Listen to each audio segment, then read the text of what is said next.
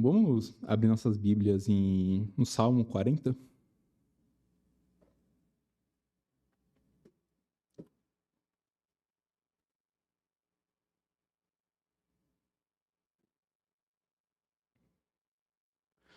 Salmo de número 40, a gente vai estar meditando no Salmo inteiro, mas agora, a princípio, vamos estar lendo os 5 primeiros versículos.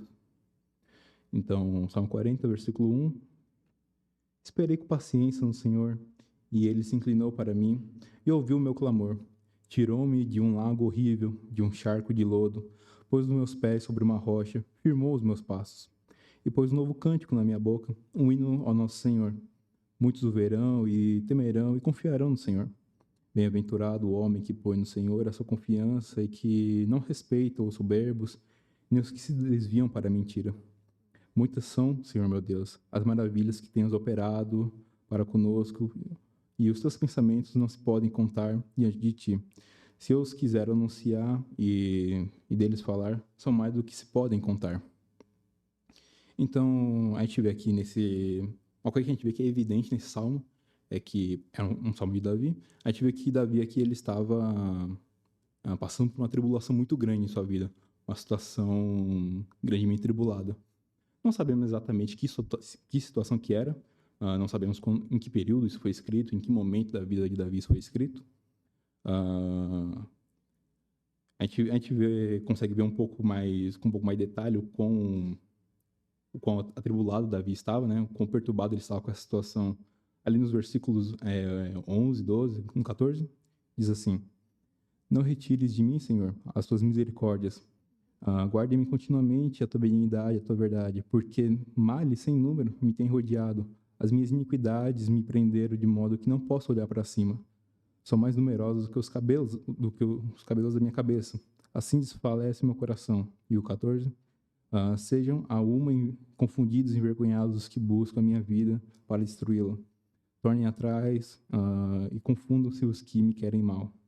A gente não sabe exatamente que situação que era, mas a gente tem noção da gravidade disso na vida de Davi. Era algo que estava perturbando muito ele. Era uma situação... Não sabemos nem se era uma única situação específica ou se todo um contexto. Mas, enfim, a gente vê aqui essa declaração de Davi, que ele estava num lago horrível, ele fala ali no versículo 2, né? Um lago horrível. Aqui usa a palavra lago, a gente pode até imaginar algo mais raso, a água batendo até o joelho, até a coxa, ali no máximo. A gente tem essa imagem de lago quando a gente fala assim. Mas se a gente for ver em outras traduções, ou até mesmo no inglês, a palavra que é usada é poço, né? Um poço horrível. Em inglês usa a palavra pit, que é poço em inglês. Então a ideia é justamente de algo fundo, e aqui está dizendo lago, também traz essa ideia de algo grande, né? Um lago costuma não ser uma pocinha, né? É um negócio grande, um negócio extenso. Então a ideia que Davi coloca aqui é que ele estava num lago insalubre, num poço onde não dava pé, onde ele não tinha certeza de nada.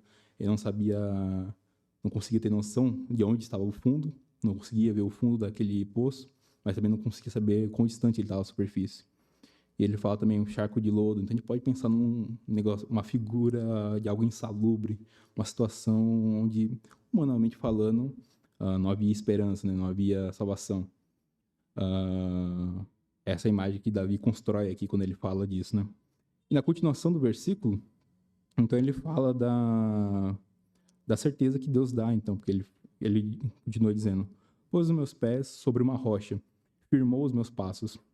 Daqui faz um contraste muito direto, onde ele estava caindo num poço, onde não tinha pele, não sabia onde estava o fundo, onde estava a superfície, mas agora Deus o coloca numa rocha e firma seus passos.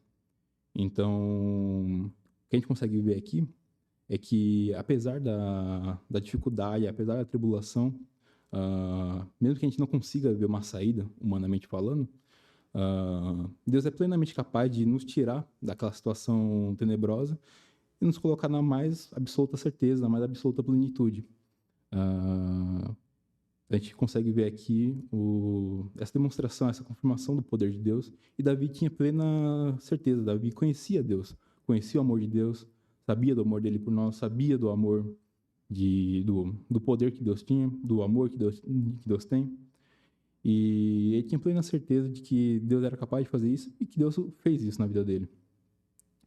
A gente continua vendo ali nos versículos 3 e 4, que diz: E pôs um novo cântico na minha boca, e um hino ao nosso Deus. Muitos o verão e temerão e confiarão no Senhor. Bem-aventurado o homem que põe no Senhor a sua confiança e que não respeita os soberbos nem os que se desviam para a mentira. Então aqui a gente vê que Davi não só ele conhecia do amor de Deus, do poder que Deus tinha para fazer essas coisas de tirar, de proteger na hora do perigo, dar o livramento, mas ele tinha confiança de que Deus faria isso, justamente porque ele sabia que Deus, do amor de Deus, da benignidade do Senhor, da misericórdia de Deus. Então Davi tinha plena confiança de que o Senhor faria isso, de que o Senhor venha ao nosso resgate, que o Senhor vai ao resgate daquele que o ama verdadeiramente. E esse salmo inteiro ele vai trazer algumas características importantes para nós como filhos de Deus. E a primeira dessas características é esta: a confiança que devemos ter no Senhor. Mas a gente vê também no versículo 1 que não foi de imediato, não foi algo que Davi estava nessa situação tribulada, passando pelas tribulações, e assim que ele pediu a Deus, assim que ele confiou no Senhor, ele foi retirado dessa situação. A gente vê no versículo 1 que diz: Esperei com paciência no Senhor, e ele se inclinou para mim e ouviu o meu clamor. Então, Davi teve de esperar no Senhor. Ele teve que ter paciência. E isso é algo muito necessário para nós. Se confiamos em Deus, devemos ter também a paciência, porque as coisas que Deus faz, Deus ele ouve nosso chamado, ele ouve as nossas preces, mas Deus não cumpre no nosso tempo. Deus faz tudo aquilo no tempo dele. Então, às vezes podemos pedir a Deus algo em oração, podemos pedir livramento de alguma situação atribulada, podemos pedir algo para Deus, mesmo se não for uma situação, um livramento, mas coisas do dia a dia a gente pode colocar na mão de Deus em oração, mas a gente não vê o resultado disso acontecendo de imediato. Ou então, mesmo passado um tempo, isso não se aplica, a gente não vê uma resposta para aquela oração. Mas não quer dizer que Deus não ouviu, não quer dizer que Deus nos abandonou, de forma alguma. Deus sempre está nos ouvindo, e se Ele vai conceder esse pedido de oração ou não, cabe a Ele, cabe se isso for bom aos olhos dEle. Mas mesmo se Deus aprover a Deus conceder isso, também Ele não vai executar isso no nosso tempo, na hora que nós queremos. Deus vai executar isso no momento que Ele achar melhor. No momento que Deus quiser, Ele vai executar isso. Então, para o Filho de Deus, é importante ter essa característica da confiança e também a paciência. A gente tem visto, ultimamente aqui na igreja, muitas pregações voltando relacionado para o tema de nosso relacionamento com Deus. São pregações diversas sobre avivamento, sobre o nosso testemunho perante o mundo, sobre o nosso serviço, sobre a oração. Pregações diversas, mas todas elas, muitas delas estão tendo esse viés de apontar para a importância do relacionamento verdadeiro com Deus. O que é o nosso verdadeiro relacionamento com Deus? Que não é algo frio, não é algo mecânico, não é algo que fazemos só porque sim, né? Assim como os judeus muitas vezes cumpriam os sacrifícios rituais porque era lei, eles deviam fazer porque era lei. Não é assim que nosso relacionamento com Deus se dá. Nosso relacionamento com Deus se dá por meio de amor, por meio de um coração genuíno, por meio de obediência sincera. E, inclusive, a gente vai ver isso ainda nesse salmo mais para frente. Mas o que Deus quer de nós é justamente sinceridade, obediência e ingratidão. E não cumprimento mecânico das ordens que Ele dá. Os mandamentos de Deus não são para ser cumpridos de maneira fria, de maneira automática, mas sim com sinceridade de coração. E quando aqui a gente vê, então, nesse salmo, a importância de confiarmos em Deus, de termos paciência, ou englobando isso de maneira mais geral, né? Termos esperança no Senhor, né? Ter essa paciência, essa longanimidade para esperar a vontade de Deus, cumprir a sua vontade no tempo dele, esperar confiando que ele irá fazer isso. Essas são características que a gente só vai conseguir desenvolver, aplicar verdadeiramente, se nós realmente amarmos a Deus e tivermos um coração fervoroso. Não adianta nada estarmos frios e querermos ter essas características de maneira plena. Não vai acontecer. A gente não vai conseguir confiar em Deus plenamente se formos frios, se estivermos mornos. A gente vê aqui que Davi, de fato, confiou no Senhor e esperou com paciência em Deus, para que Deus o livrasse daquela tribulação pela qual ele passava.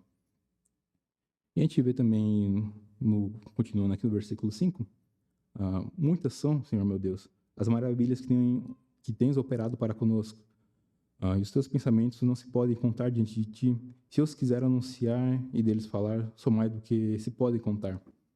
Aqui a gente vê, então, a gratidão de Davi, de maneira que ele não consegue conter isso dentro dele. Ele quer falar sobre, ele mesmo reconhece que não há como enunciar todas as maravilhas de Deus, são incontáveis. Mas esse é um desejo que ele tem porque Davi está grato verdadeiramente por aquilo que Deus fez em sua vida. Não só por isso, mas por todas as coisas. A gente também vê ali no comecinho do versículo 3, né? E pôs um novo cântico na minha boca, um hino ao nosso Deus. Também, não só Davi queria falar das maravilhas de Deus, mas também tinha esse ímpeto de cantar, de louvar a Deus em cântico mesmo, né?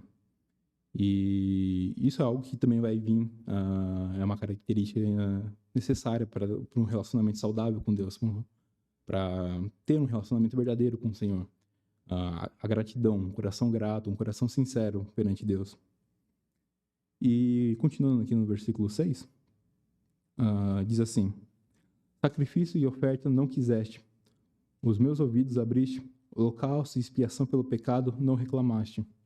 Aqui é uma referência a 1 Samuel 15, que diz que melhor é a obediência do que o sacrifício, melhor para Deus é obedecer do que a gordura de muitos carneiros. Porque realmente Deus não quer de nós apenas um cumprimento da lei, apenas um legalismo. Muito melhor é um coração contrito, um coração sincero, a obediência ao Senhor. E aqui ele coloca isso justamente em referência, tipo, Davi estava grato, Davi queria contar as maravilhas do Senhor, mas ele sabe que Deus não quer, o que Deus quer não é apenas o legalismo, ele quer obediência, ele quer trabalho de fato, né? E então por isso Davi diz aqui no versículo 6 que sacrifício, oferta não quiseste. E aí ele continua no versículo 7. Então disse: eis aqui venho. Ou então em outras traduções colocar: aqui estou. No sentido de, já que o Senhor quer busca de mim gratidão, busca de mim obediência, então é isso que eu estou me prontificando a fazer. Esse versículo 7 ele é um pouquinho fora aqui da linha, porque ele diz, né? Então disse: eis aqui venho, no rolo do livro de mim está escrito. Aqui parece meio deslocado do que estava falando até então, mas pelo que eu cheguei a pesquisar, ver outros comentários sobre, aqui é uma referência profética justamente lá Lucas 24, onde Jesus, já ressurreto, se dirige falando com os discípulos, explicando que era necessário sua morte para que assim se cumprisse toda a profecia, para que assim ele pagasse o preço pelo pecado, e era necessário então que Jesus morresse. Esse trecho lá em Lucas, Jesus explicando. E aqui então no Salmo seria justamente uma referência à obediência de Jesus. Davi dizendo: aqui eu sou pronto, né? A prontidão de Davi, e também uma referência à obediência de Jesus, que assim como Jesus foi obediente até a morte e morte de cruz, nós deveríamos nos espelhar no exemplo de Jesus, como Paulo diz em alguma de suas cartas, que nós devemos ser imitadores de Jesus. E claro, aqui Davi não escreve isso como uma referência a Jesus, porque ainda era uma profecia, isso não tinha acontecido, mas era justamente essa profecia ao Messias que viria. Então, essa é a ideia que está aqui no versículo 7, que parece um pouco deslocada aqui no texto, mas tem essa ideia. E aí, continuando aqui do 8 ao 10, ah, deleito-me em fazer a tua vontade, ó Deus meu. Sim, a tua lei está dentro do meu coração. Preguei a justiça na grande congregação. Eis que não retive os meus lábios, Senhor, tu sabes. Não escondi a tua justiça dentro do meu coração. Apregoei a tua fidelidade, a tua salvação. Não escondi da grande congregação a tua benignidade e a tua verdade. Então a gente vê aqui que Davi se prontificou de fato. Ele diz lá no versículo 7, eis aqui venho, aqui estou. E ele de fato trabalha, busca trabalhar realmente no serviço de Deus. Não basta nós termos um coração sincero, um coração desejoso de fazer a vontade de Deus, se nós não fazemos. Lá em Tiago mesmo diz, né, que a fé se mostra pelas obras. Nós podemos dizer que temos muita fé, mas se nós não trabalhamos na obra de Deus, então que fé é essa? É uma fé genuína? Será que é? E aqui a gente vê então que Davi ele proclama essa sua prontidão para o serviço a Deus e ele de fato trabalha em direção de cumprir esse serviço. E aqui a gente vê que também Davi usa muitas palavras grandiosas. Davi aqui usa palavras muito, muito grandes, assim, e não são palavras vazias. Não é como se ele estivesse falando de maneira apenas jogando palavras, jogando jargões. Às vezes nós oramos, isso acontece muitas vezes de nós orarmos e falarmos Deus Altíssimo, Deus maravilhoso, Deus grandioso, Deus todo-poderoso, mas a gente está com o coração pensando em outras coisas, está distraído, a gente está orando de maneira mecânica. Isso é algo que acontece, que pode acontecer com a gente, e aí cai naquele problema de justamente fazermos algo de maneira mecânica, né? E o John Bunyan, o autor daquele livro, O Peregrino, ele diz que na oração é melhor um coração sem palavras do que palavras sem coração. Justamente seguindo essa ideia de que as palavras que nós usamos, elas não são tão importantes quanto a intenção do nosso coração. Se estamos orando a Deus, se estamos orando todo o nosso coração, se estamos proclamando louvor a Deus, estamos proclamando esse louvor com todo o nosso coração ou são apenas palavras? Às vezes eu me pego cantando os hinos aqui e no meio do hino eu penso, peraí, o que eu cantei na última estrofe agora? Já não me lembro direito. O que é? Eu posso não lembrar das palavras, mas será que eu me lembro da ideia do que eu cantei? Às vezes nem isso eu lembro direito. Bom, lembrar as palavras, de fato, eu não vou lembrar mesmo. Eu sou péssimo para decorar as coisas. Decorar versículo, esquece, eu não consigo decorar nenhum. Eu lembro a ideia dos versículos, mas até eu não acho que não tenho nenhum decorado assim mesmo. Mas às vezes eu me pego tentando lembrar do que eu cantei na última estrofe, da ideia do hino inteiro que eu cantei até agora, e não lembro direito. Isso é um erro que nós temos que evitar, temos que fugir para não cair nisso, nesse piloto automático. Então, e aqui a gente vê, então, Davi usando essas palavras grandiosas, mas não é de maneira mecânica, como eu tenho dito, mas de maneira sincera. Isso é o que está em seu coração e ele não consegue conter. E ele exprime isso usando essas palavras. E a gente vê aqui no versículo 11, continuando aqui no versículo 11 ao versículo 15, que Davi diz: não retires de mim, Senhor, as tuas misericórdias. Guarde-me continuamente a tua benignidade e a tua verdade, porque males sem número me têm rodeado, e as minhas iniquidades me prenderam de modo que não posso olhar para cima. São mais numerosos do que os cabelos da minha cabeça, assim desfalece meu coração. Digna-te, Senhor, livrar-me, Senhor. Senhor, apressa-te em meu auxílio. Sejam a uma confundidos e envergonhados os que buscam a minha vida para destruí-la. Tornem atrás e confundam-se os que me querem mal. Desolados sejam em pago da sua afronta os que dizem Aqui a ideia é essa, uma risada, né?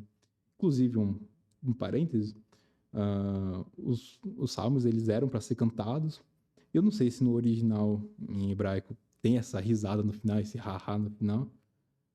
Mas, enfim, curioso, será que eles cantavam um ha-ha? Enfim, fechando parênteses aqui. Porque tem outras versões que colocam, em vez de colocar risada aqui, não, colocam aqueles que zombam de mim. Em outras versões em português. Então pode ser que no original não tivesse essa risada, não sei. Aí voltando ao versículo 11, né, a explicação, a gente vê que a gente já viu até que algumas características que Davi tinha, que são importantes para o Filho de Deus: confiança, paciência, a gratidão.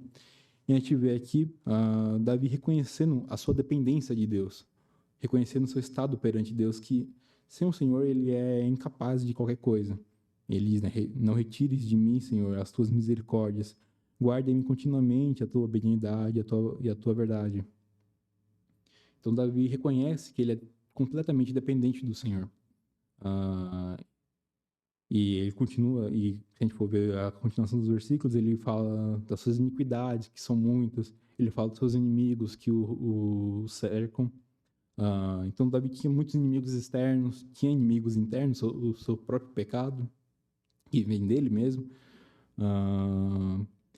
Então, Davi reconhece que tinha muita coisa ao redor dele e dentro dele mesmo para fazer com que ele se desviasse do Senhor, para que ele seguisse um caminho mau. Então, por isso ele clama ao Senhor que não se retire dele, porque ele sabe que ele depende inteiramente do Senhor para continuar seguindo um caminho bom, um caminho da vida. E então por isso que Davi aqui ele clama, porque ele reconhece o seu estado. E isso é importante para nós também, reconhecermos a nossa dependência do Senhor, não querendo tomar para nós a rédea das nossas vidas. Quando eu falei de paciência, por exemplo, a importância da paciência, muitas vezes nós caímos num problema de ficarmos ansiosos, de sabermos que Deus é capaz de resolver nossos problemas, pensarmos, mas Deus não fez nada até agora. Bom, se Deus não fez nada até agora, então deixa eu resolver por conta própria. Se Deus não resolveu, eu vou resolver. Olha a arrogância. E muitas vezes nós caímos nisso e esse é aquele sentimento de ansiedade. Eu não digo ansiedade aqui no sentido clínico da coisa, né? Deficiência hormonal, deficiência de neurotransmissores, que seria um caso clínico, de crise de ansiedade e tudo mais. Eu digo realmente nesse sentido pecaminoso da coisa de querer tomar as rédeas da própria vida e de não ter paciência para esperar que as coisas sejam feitas no tempo de Deus, ou até mesmo, muitas vezes, não confiar realmente no Senhor. Esse problema aqui é muito específico, só eu sei como resolver esse negócio. Deus não vai saber como resolver.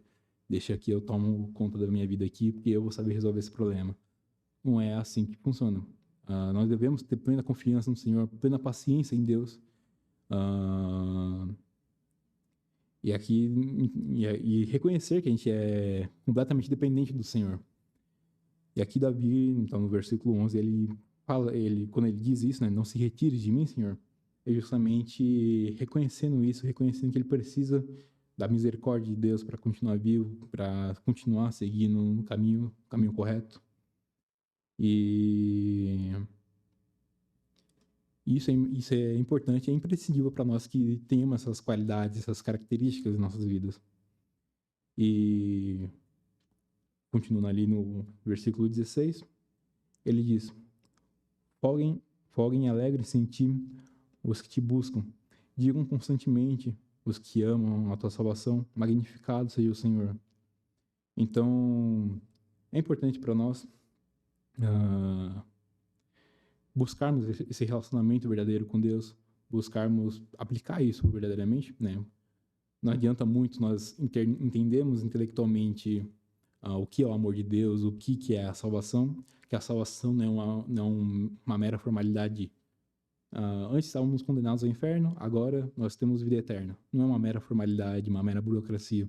É realmente relacionamento com Deus, é realmente esse relacionamento de pai e filhos por adoção.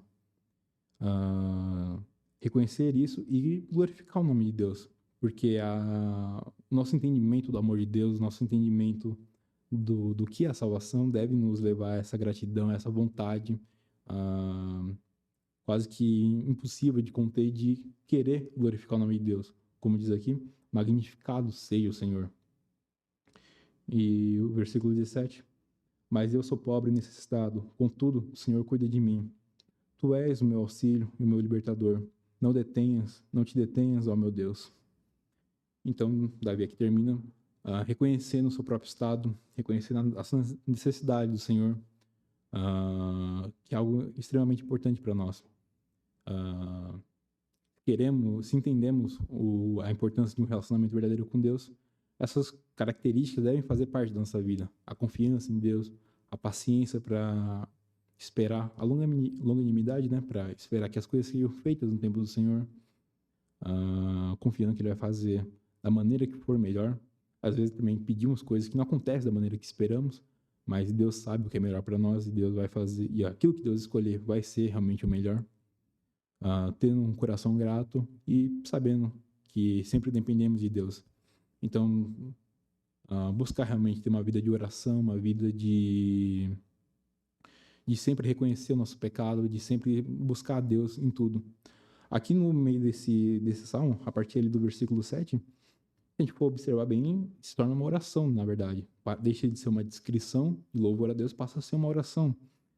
Davi falando diretamente com Deus. E isso é importante, é indispensável na vida de todo servo de Deus, de buscar o Senhor em oração, a todo tempo, a todo instante. Seja aquela oração mais formal que nos ajoelhamos no nosso quarto para pedir a Deus, seja orações mais rápidas. O importante é realmente nos achegarmos a Deus, colocar diante dele nossas preocupações, falar a Deus nossos agradecimentos, sempre buscar nos comunicar com Deus, porque temos um relacionamento verdadeiro com o Senhor. Não é algo mecânico de que, agora que eu sou salvo, eu tenho que fazer o que está escrito na Bíblia, cumprir aqui a checklist aqui de coisas que eu tenho que fazer. Não, temos um relacionamento verdadeiro com o Senhor. E devemos buscar viver de tal maneira, buscar maior fervor. E, bom, irmãos, o que eu tinha para trazer hoje era isto. Muito obrigado pela atenção de todos.